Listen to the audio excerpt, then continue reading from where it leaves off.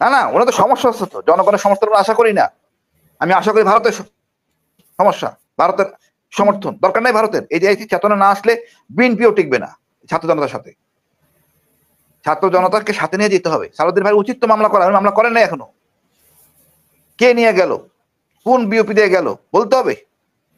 আপনি দেখেন ভারতীয় মিডিয়াগুলি কি কি বলতেছে, আমাদের মিডিয়া চুপ, পররাষ্ট্র মন্ত্রণালয় চুপ, বলতেছে আমাদের চিটাগাং নিয়ে যাবে, ভারতের অংশ হবে, কি কি আদে বাদে কথা বলতেছে। তারা অনেক অপকর্ম করছে স্বাধীন হওয়ার পরের থেকে ভাই আপা। শান্তিবাহিনীর সৃষ্টি, প্রশিক্ষণ, আমাদের প্রায় 30,000 লোক মারা গেছে ভারতের জন্য। ভারত তো কখনো আমাদের মঙ্গল চায় নাই। তো ভারত তো এই জন্য ক্ষমাতেই হবে, তাহলে আমাদের দেশপ্রেম ফিরে আসবে। আমরা ভারতের প্রতি সহানুভূতি দেখানোর কোনো স্কোপ নাই। হিল ট্যাক্স থেকে এখনো অশান্ত সব ভারত।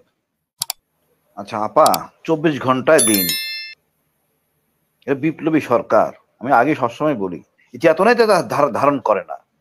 তারা মনে করে 10টা 4টা অফিস, ঘরে এসে রান্না বান্না করতে হবে বা অন্য কিছু করতে হবে। তো ঠিক না, তা 24 ঘন্টার দিন, সময় স্বল্পতা মানে বাইরে রাখা উচিত ছিল সেখানে। ভাগ্যের সাথে কালকে আমি ব্যস্ত ছিলাম, যেতে পারি নাই, বড় লজ্জা। ওই উপদেশটাকে মেনে রাখা উচিত ছিল সেখানে। আপনার কাজ কি? আপনি এদের জন্যই তো এখানে গেছেন। খুব খারাপ লাগে, এই বড় বড় প্রতিষ্ঠান, আপনার বসুন্ধরা সহ অন্যান্য কোম্পানিগুলি, এরা ওষুধ ফিরিয়ে নিয়ে আসতে পারে না, ওখানে ডোনেট করতে পারে না, তার অ্যাডভার্টাইজমেন্টও হলো, পাশে দাঁড়াতে পারতো না।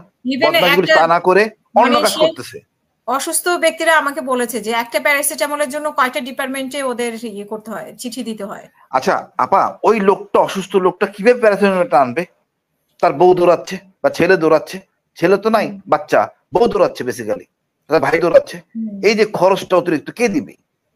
এটা ভাবার চেষ্টা করেন। আমি তো আপনার কিছুদিন আগে বললাম যে অপরাধের ব্যাপারে, এখানেও একই সমস্যা। দুজনে খাবার তো হাসপাতাল দেয় না।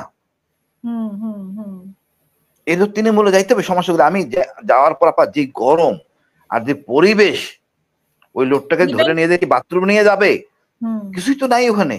ইভেন ডাক্তারও নাকি ধমক দিত তাদেরকে। ওরা আমাদেরকে যেটা বলেছে আমার অনুষ্ঠানে, এখনো রেকর্ডেড আছে। ডাক্তার ধমক না আপা, আপনি অবাক হয়ে যাবেন যে তোমরা আন্দোলনে কেন গেছো।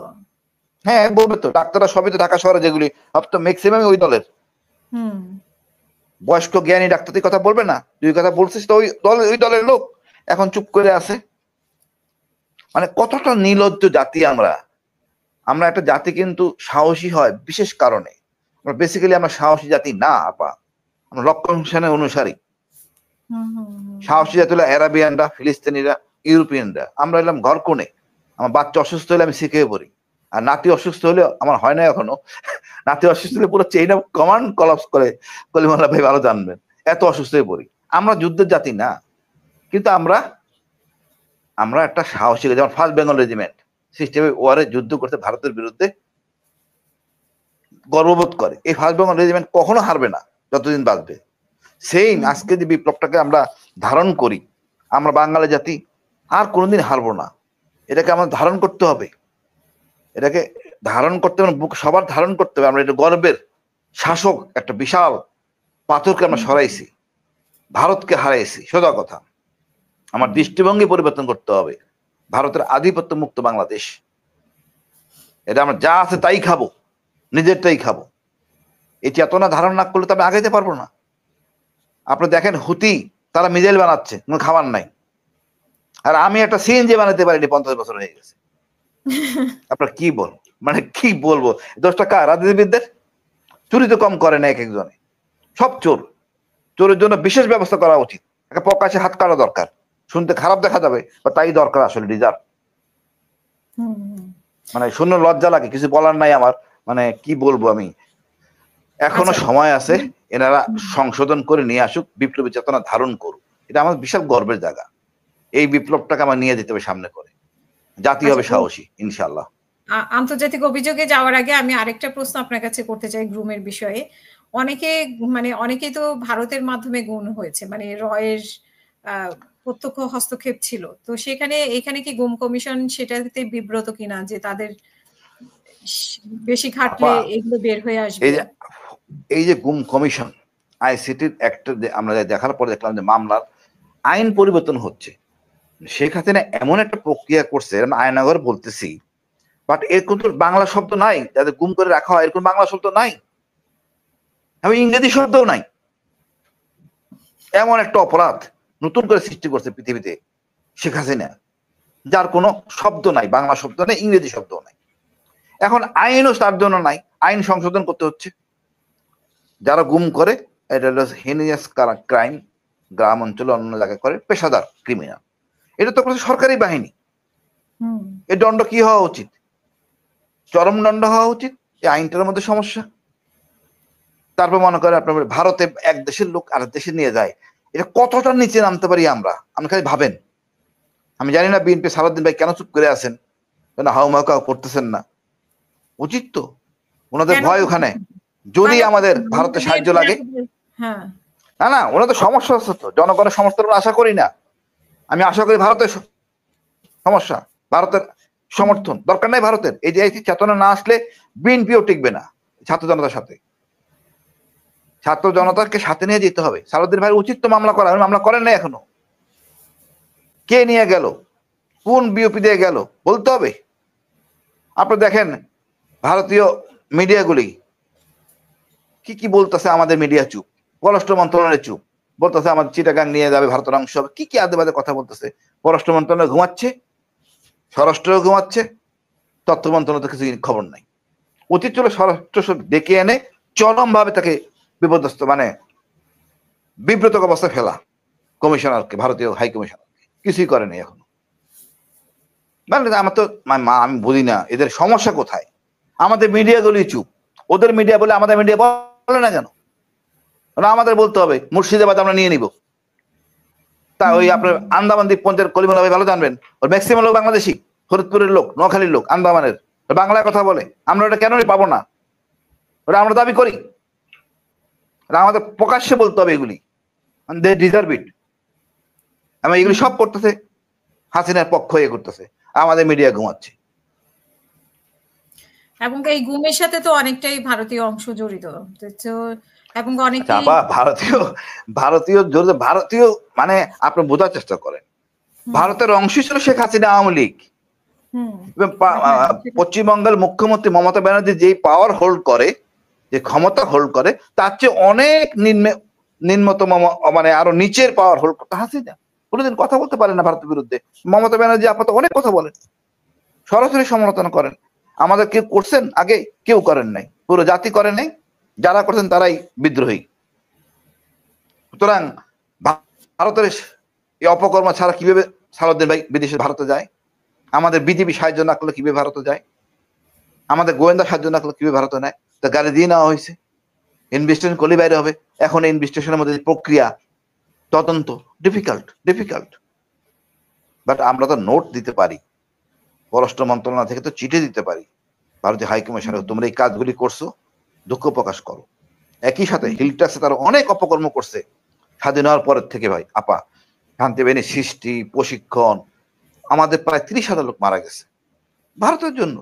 ভারত কখনো আমাদের মঙ্গল চায় নাই। ভারত এই জন্য ক্ষমাতেই তো হবে, তাহলে আমাদের দেশপ্রেম ফিরে আসবে। আমরা ভারতের প্রতি সহানুভূতি দেখানোর কোনো স্কোপ নাই। হিলটাক্স থেকে এখন অশান্ত সব ভারত। আমাদের উচিত, জাতি এখন ঐক্য হয়েছে, আমাদের স্বরাষ্ট্র, আমাদের উপদেষ্টা যদি ভালো থাকে, যদি ঠিক মতো কাজ করে, ইনশাল্লাহ আমরা এই বিপদ পার হইতে পারবো। কারণ সবাই এখন পানিতে নামতে সাঁতরে পার হইতে হবে, সবাই আমরা সাঁতরে পারবো ইনশাল্লাহ। আর যে অভিযোগটা করা হয়েছে আন্তর্জাতিক আদালতে, সেই বিষয়ে আপনার কাছে কিছু শুনতে চাই।